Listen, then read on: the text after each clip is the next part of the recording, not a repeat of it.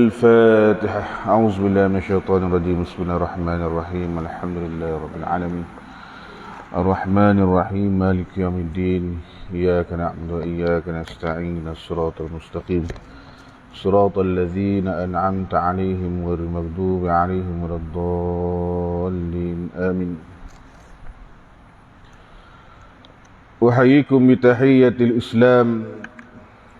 تحية الإسلام السلام. فسلام الله عليكم ورحمة الله وبركاته.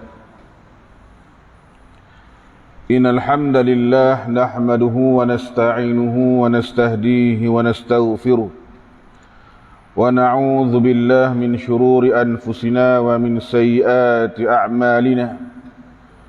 من يهده الله فلا مضل له ومن يضلل فلا هادي له. أشهد أن لا إله إلا الله وحده لا شريك له. اللهم صل على سيدنا محمد وعلى آله وصحبه أجمعين. أما بعد.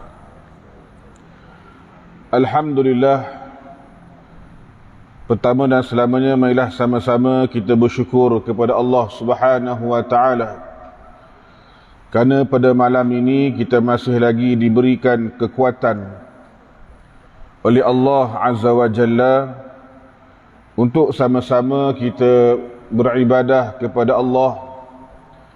Dan kita kena ingat bahawasanya masjid merupakan satu tempat yang paling agung di atas muka dunia ni. A'zamul makan indallah. Sehebat-hebat tempat di sisi Allah Ta'ala ni, tuan-tuan sekalian, masjid lah. Kerana masjid ini Allah Ta'ala nisbahkan dirinya. Allah Ta'ala nisbahkan dirinya Baitillah, rumah Allah Subhanahu wa Ta'ala. Dan kita bersyukur pada Allah Ta'ala kerana pada malam ini kita duduk dalam satu majlis yang a'zamul majlis. Sehebat-hebat majlis itulah majlis ilmu. Majlis yang dinaungi oleh para malaikat Allah Subhanahu wa Ta'ala, yang mana mudah-mudahan dengan rahmat dan kasih sayang daripada Allah Ta'ala, dengan keberkatan kita buat majlis ilmu ni, Allah Ta'ala jauhkan kita daripada COVID-19, tuan-tuan sekalian. Amin ya rabbal alamin. Pada malam ini kita akan sambung lagi ayat daripada surah Yasin, iaitulah pada ayat yang ke-30, yang mana Allah Subhanahu wa Ta'ala mengatakan, ya hasratan 'alal 'ibad ma ya'tihim min rasulin illa kanu bihi yastahzi'un. Sungguh besar perasaan sesal dan kecewa yang menimpa hamba-hamba yang mengingkari kebenaran. Tidak datang kepada mereka seorang rasul melainkan mereka mengejek-ngejek dan memperolok-olokkannya.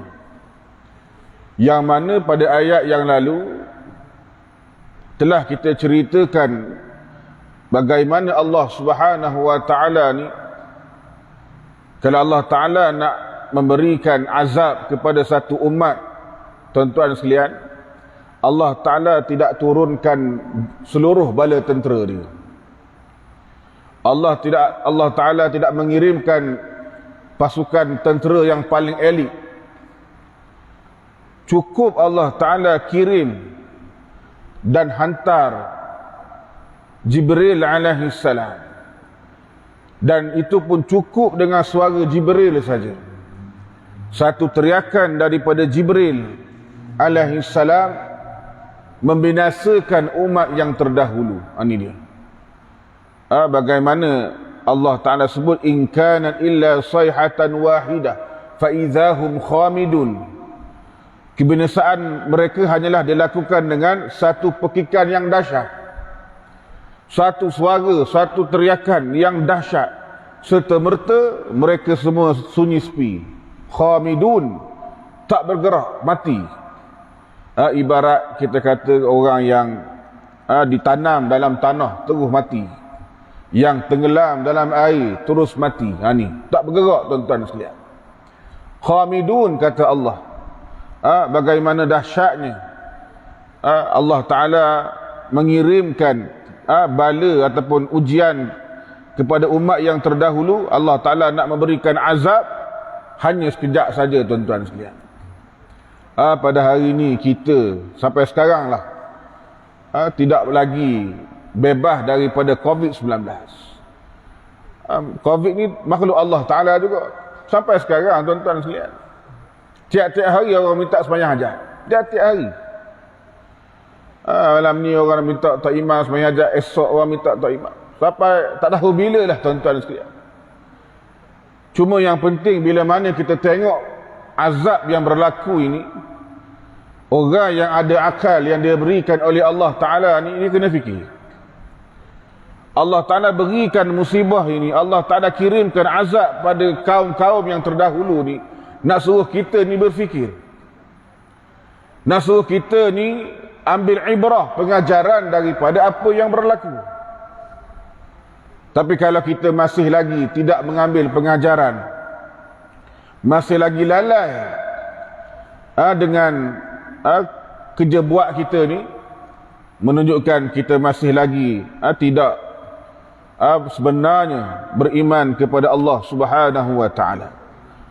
Sebab itulah Allah Ta'ala mengatakan, ya hasratan 'alal 'ibad, sungguh besar perasaan sesal dan kecewa yang menimpa hamba-hamba. Bila datangnya peringatan daripada Allah Ta'ala ni tuan-tuan sekalian, yang mana ayat ini nak beringatkan kita bahawa bahawasanya hari kiamat nanti, apabila mereka lihat sendiri azab neraka Allah, tuan-tuan dan saya semua, kita akan lihat azab Allah Ta'ala. Kita akan menyaksikan bagaimana dahsyatnya neraka Allah Subhanahu wa Ta'ala. Dan ketika itu tuan-tuan sekalian, akan datang perasaan kesal dan kecewa yang sangat besar dalam diri hamba-hamba Allah yang dulu mendustakannya, yang dulu dia bersendakan rasul-rasulnya. Ini Allah Ta'ala sebut, ya hasratan 'alal 'ibad. Hasrah ni kata Zajjaj, ay yarkabal insan min syiddatin nadam ma la nihayata lahu hatta yabqa qalbuhu hasira. Hasrah ni apa dia? Bahawasanya manusia ni yarkabal insan, dia menanggung penyesalan yang dahsyat. Menyesal tak sudah tuan-tuan sekalian, yang tidak ada kesudahannya, mana tidak ada pengakhirannya, sehingga hatinya sentiasa berada dalam keadaan sesal dan kecewa. Mana nyesal sungguh. Kita atas dunia ni pun tuan-tuan sekalian, bila buat satu perkara yang merugikan kita, kita menyesal dah. Dulu apalah aku tak ngaji agama, dulu kenapalah aku tidak belajar ilmu fardu'ain. Nyesal, tua baru menyesal. Tapi tua tu boleh lagi belajar tuan-tuan sekalian. Kalau mari penyesalan tu ada lagi kesempatan. Tapi di akhirat tuan-tuan sekalian, bila menyesal, tak boleh buat apa dah. Tak boleh nak undur dah masa ni, tak boleh dah. Habis dah. Yang mana ahli neraka ni tuan-tuan sekalian, dia menangis punya menyesal dia. Diceritakan siapa membentukkan satu lekukan yang sangat dalam. Ahli neraka ni kita kena ingat tubuh badan dia besar. Tubuh ahli neraka ni tuan-tuan sekalian sangat besar. Allah Ta'ala nak berikan azab pada dia. Gigi saja tuan-tuan sekalian sebesar bukit Uhud. Satu gigi tu sebesar bukit Uhud. Besar bukit tuan-tuan sekalian. Allah, bau gigi. Tak cerita hal lain lagi ni. Perjalanan antara bahu ke bahu ni 3 hari perjalanan dengan kenderaan yang laju. Bunyi lebar dia punya bahu dia. Nak cerita bagaimana bila dia menangis ahli neraka ni tuan-tuan sekalian, bentuk satu lekukan yang boleh kapal lalu. Kapal tu boleh lalu kok celah tu tuan-tuan sekalian. Tu ahli neraka bila dia menangis. Dahsyatnya tuan-tuan sekalian. Jadi Ibnu Abbas radhiyallahu anhu mengatakan, ya hasratan 'alal 'ibad, dengan makna ya wailan 'alal 'ibad.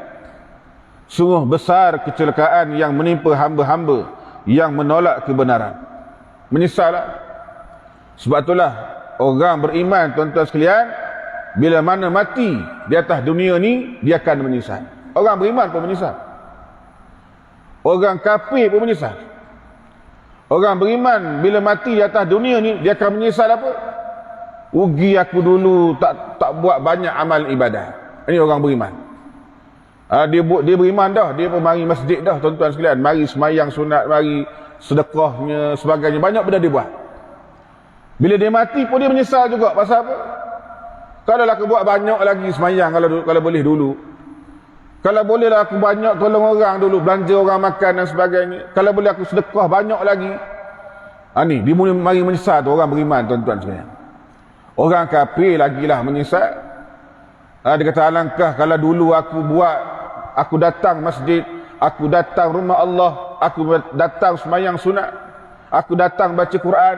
Dia mula mari. Sebab pasal atas dunia tu dia tak buat apa-apa perkara. Dia akan timbul rasa menyesal yang teramat sangat, tuan-tuan sekalian. Lalu Allah menyatakan sebab berlakunya penyesalan yang besar itu kerana mereka tidak menerima Rasul dan ajarannya. Kita ni kalau tanya diri kita ni, adakah kita terima ajaran Rasul yang Nabi SAW bawa kepada kita? Nabi bawa ajaran Islam ni, tuan-tuan sekalian, yang mana syumul, merangkumi segala aspek. Kita terima ke tak sebenarnya? Dan ada pula tu bukan sekadar tak terima, bahkan mempersendakan. Bahkan ada yang menentangnya, sehingga ada di kalangan Rasul yang diseksa dan dibunuh. Ni tahap bagaimana manusia ni sampai tahap bunuh Rasul, bunuh utusan Allah. Dah tak terima, diolok-olok pula, kemudian menentang pula, tak jahat lagi bunuh Rasul. Ini yang berlaku pada zaman Bani Israel. Tuan-tuan bacalah Quran, Allah Ta'ala cerita bagaimana Bani Israel ni, pasal apa Bani Israel ni Allah Ta'ala cerita banyak dalam Quran, kerana perangai mereka. Antara yang berat, mereka membunuh Rasul, membunuh para anbiya. Nabi Zakaria nak bunuhnya Nabi Musa, nak dibunuhnya Nabi Isa alaihi salam. Ni perangai-perangai Bani Israel. Oleh sebab itulah perangai-perangai ni kita orang Islam jangan tiru. Ni kita pula orang Islam pada hari ini mempersendakan ajaran Rasulullah sallallahu alaihi wasallam. Dah lah persenda lagi, kemudian tolak lagi, kemudian menghina lagi, tuduh Rasul macam-macam. Ini yang berlaku, tuan-tuan sekalian. Sebab itulah mereka ni akan menyesal pada hari akhirat. Allah Ta'ala mengatakan, wa yaquluna inna latariku alihatina li sya'irin majnun. Orang-orang tadi tu, orang musyrik ni, mereka mengatakan, patutkah kami mesti meninggalkan Tuhan-Tuhan yang kami sembah kerana mendengar ajakan seorang penyair gila. Ni dia kata. Dia kata, takkan kami nak tinggal berhala kami sembah ni? Kenapa? Kerana seorang ajak kami ni, seorang penyair gila ni ajak kami. Tuan-tuan sekalian, dia kata Rasul ni penyair gila. Dia tuduh Nabi ni seorang penyair, adalah penyair gila pula, tuan-tuan sekalian. Allahu Akbar. Bagaimana dahsyatnya orang-orang dulu ni. Mereka tuduh Nabi ni orang gila, tuduh Nabi ni tukang sihir. Wa'ajibu an ja'ahum munzirun minhum wa qala al-kafiruna hadza sahirun kadzdzab. Dan mereka merasa hairan bahawa mereka didatangi oleh seorang Rasul pemberi amaran dari kalangan mereka sendiri, dan mereka orang kafir itu berkata, ini Allah Ta'ala sebut, orang kafir kata apa? Wa qala al-kafirun hadza sahirun kadzdzab. Orang ni adalah seorang ahli sihir, lagi pendusta. Dia kata Nabi ni sahirun, tukang sihir. Tukang sihir ni buat magic lah, tuan-tuan sekalian. Nipu, buat trik-trik. Dia kata Nabi tu tukang sihir. Dan lagi dituduh Nabi ni kadzab. Kadzab ni, tuan-tuan sekalian, makna apa? Kalau ada tasydid tu, maknanya memang jenis penipu. Ni kadzab, ni dusta, penipu sungguh-sungguh. Dia tuduh Nabi sallallahu alaihi wasallam. Orang-orang macam inilah, tuan-tuan sekalian, bila datangnya bala atau bila datangnya hari akhirat nanti, mereka ni akan menyusal tak sudah-sudah. Sebab tu malaikat bila tanya geng-geng neraka ni, tuan-tuan sekalian, ahli-ahli neraka ni, dia akan tanya, alam ya'tikum rusulun minkum wasiqal ladzina kafaru ila jahannama zumara hatta idza ja'uha futihat abwabuha wa qala lahum khazanatuha. Bila mana tuan-tuan sekalian malaikat-malaikat yang ditugaskan oleh Allah Ta'ala ni nak tarik orang-orang ahli neraka ni, pengikut-pengikut Fir'aun, pengikut-pengikut Abu Jahal semua yang memperolok-olokkan ajaran Rasulullah ni, mereka tarik tuan-tuan sekalian, yang mana pintu neraka ni terbuka terus, tak ada masa lah, mana main mengejut gitu, tengok pintu neraka terbuka tu terkejut gitu tuan-tuan sekalian. Allah Ta'ala cerita, wasiqal ladzina kafaru, ditarik satu kumpulan masuk, dan tarik ni bukan tarik molek tuan-tuan sekalian, disentaknya dengan cara yang kasarnya. Kan, kalau kita orang tarik kita gitu, kita marah. Kan, orang tarik, mana main tarik-tarik ni, main tarik-tarik, marah kita. Ni malaikat tarik tuan-tuan sekalian, nak humban dalam neraka. Bila dibuka pintu neraka tu, malaikat tanya selalu, alam ya'tikum rusulun minkum, tidakkah dulu Rasul telah datang pada kamu, baca ayat pada kamu, beri kamu peringatan, mu dengar ke tak? Ni malaikat kata selalu tuan-tuan sekalian. Apa jawapan ahli neraka? Qalu bala, betul, ya, Rasul mari dah, akan tapi kami mendustakan. Ni tuan-tuan sekalian. Sebab itulah bagaimana penyesalan yang sangat besar tadi tu, mereka kenapa mendustakan Rasul-Rasul Allah. Dan yakni ada juga yang mengatakan ayat ini para malaikat kecewa. Yang tadi tu manusia menyesal, dan juga ada yang mengatakan para malaikat kecewa dengan sikap mereka yang tidak bersyukur dan menolak kedatangan para rasul yang datang untuk membimbing dan menunjukkan jalan kebenaran kepada mereka. Ni tuan-tuan sekalian. Jadi ayat ni Allah Ta'ala cerita bagaimana manusia-manusia ni, mereka ni menyesal. Menyesal tak sudah di atas dunia ni, kenapa mengingkari rasul-rasul, dan mereka ni mengejek-ngejek dan memperolok-olokkan rasul. Kemudian tuan-tuan sekalian, Allah Ta'ala mengatakan pada ayat 31, alam yarau kam ahlakna qablahum minal quruni annahum ilaihim la yarji'un. Tidakkah mereka mengetahui berapa banyak umat-umat yang telah kami binasakan sebelum mereka? Umat-umat yang telah binasa itu tidak kembali lagi kepada mereka, bahkan kembali kepada kami untuk menerima balasan. Allah Ta'ala tuan-tuan sekalian, bila dia guna alam yarau, tidakkah mereka mengetahui? Allah Ta'ala nak suruh kita ni fikir tuan-tuan sekalian. Allah Ta'ala bagi kita ni akal. Masing-masing ada akal belaka ni. Kalau tak ada akal duduk luar tuan-tuan sekalian. Orang tak ada akal duduk luar, jalan tu tak ada akal. Orang ada akal, dia akan mari masjid. Akal pula mestilah disirami, dibina dengan ilmu. Kalau ikut akal saja punah tuan-tuan sekalian. Itu lahirnya golongan-golongan macam Mu'tazilah. Guna akal semata-mata. Ni rosak. Kalau guna akal semata-mata memang tak boleh tuan-tuan sekalian, rosak. Sebab tu akal kita ni, dia kena didik, dibina dengan ilmu. Dan dalam Islam sendiri Allah Ta'ala perintahkan kita supaya jaga akal kita. Di antaranya ad-daruriyat al-khamsah, ataupun kita panggil sebagai perkara yang 5 yang daruri itu. Antara maqasid Islam ni menjaga akal, hifzul aqli. Di antaranya tuan-tuan sekalian, tak boleh minum arak. Kenapa tak boleh minum arak? Bukan hadis-hadis tak bagi minum arak, nak jaga akal. Tengok orang minum arak tuan-tuan sekalian, tengok apa jadi. Orang kafir minum apa jadi? Orang Islam pada minum arak juga. Kan? Kita orang Islam pergi ke orang kafir tu buat apa? Habis bila minum arak tu hilang akal.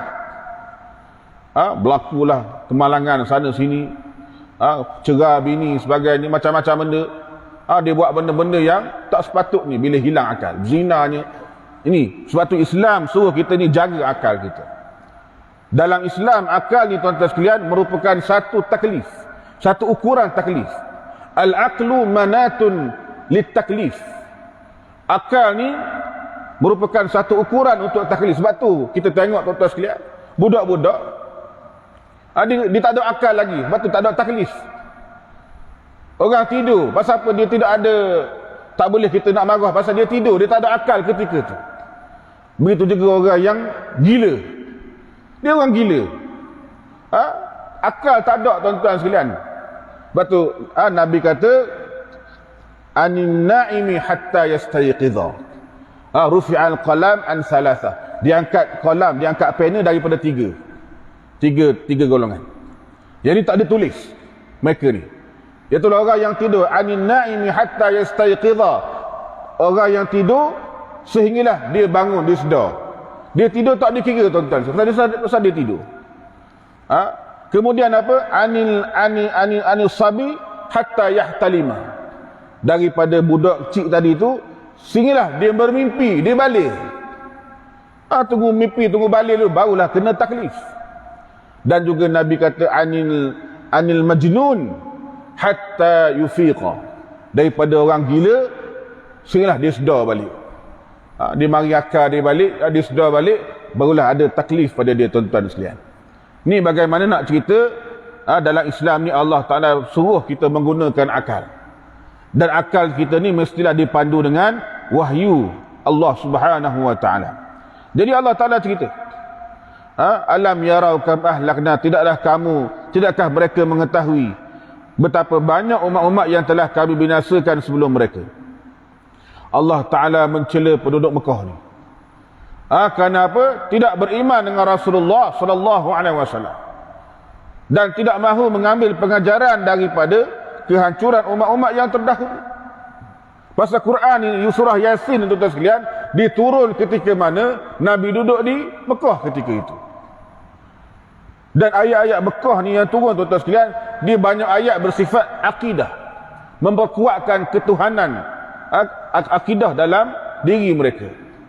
Jadi bila mana turun surah Yasin tuan-tuan sekalian, orang kafir ni mana dengar ayat ni, Nabi kata, tidakkah orang kafir Mekah tu mengetahui mereka ni betapa banyak umat yang telah kami binasakan sebelum mereka, macam kaum Ad, macam kaum Samud, macam kaum Nabi Lut alaihi salam, yang mana perangai buruk mereka itu yang mendustakan dan bersendakan rasul-rasul yang diutuskan kepada mereka.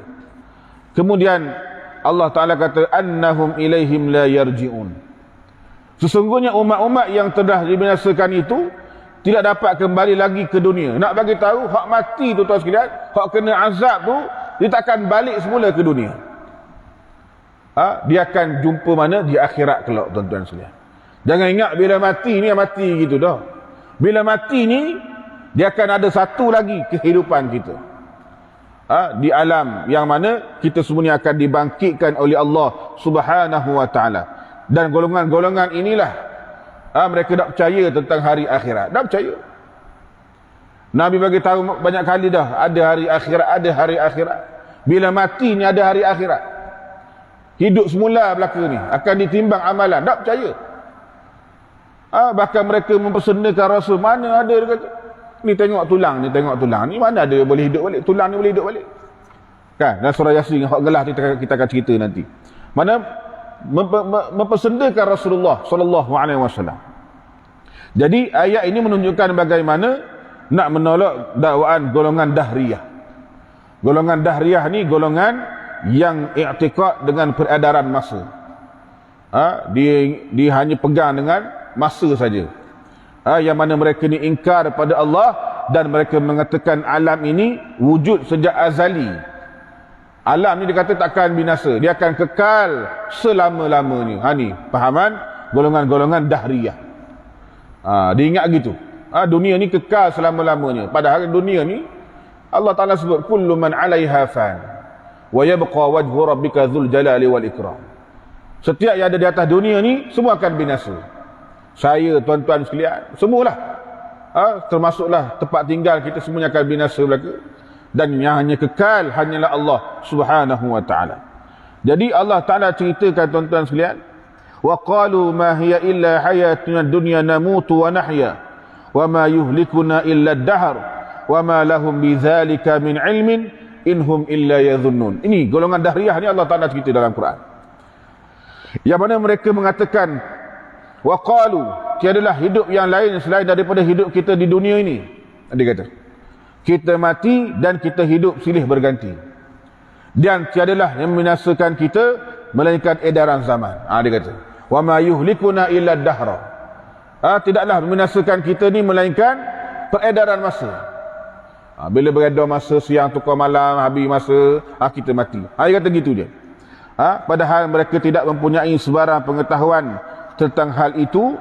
Mereka hanyalah menurut sangkaan semata-mata. Inhum illa yadhunnun. Mereka hanya ikut sangkaan mereka semata-mata. Jadi tuan-tuan sekalian, dalam ayat ini nak bagi tahu Allah Ta'ala telah cerita pada kita bagaimana kehancuran umat-umat yang terdahulu, yang sepatutnya kita ambil pengajaran daripada apa yang berlaku pada umat yang terdahulu, kerana kita ni umat yang kemudian. Kan, umat yang kemudian ni dia ambil pengajaran daripada umat yang terdahulu. Sepatutnya gitu. Tapi kita dah ambil pengajaran. Kita ni hak mari kemudian, kita ni. Umat dahulu dah tak ada dah.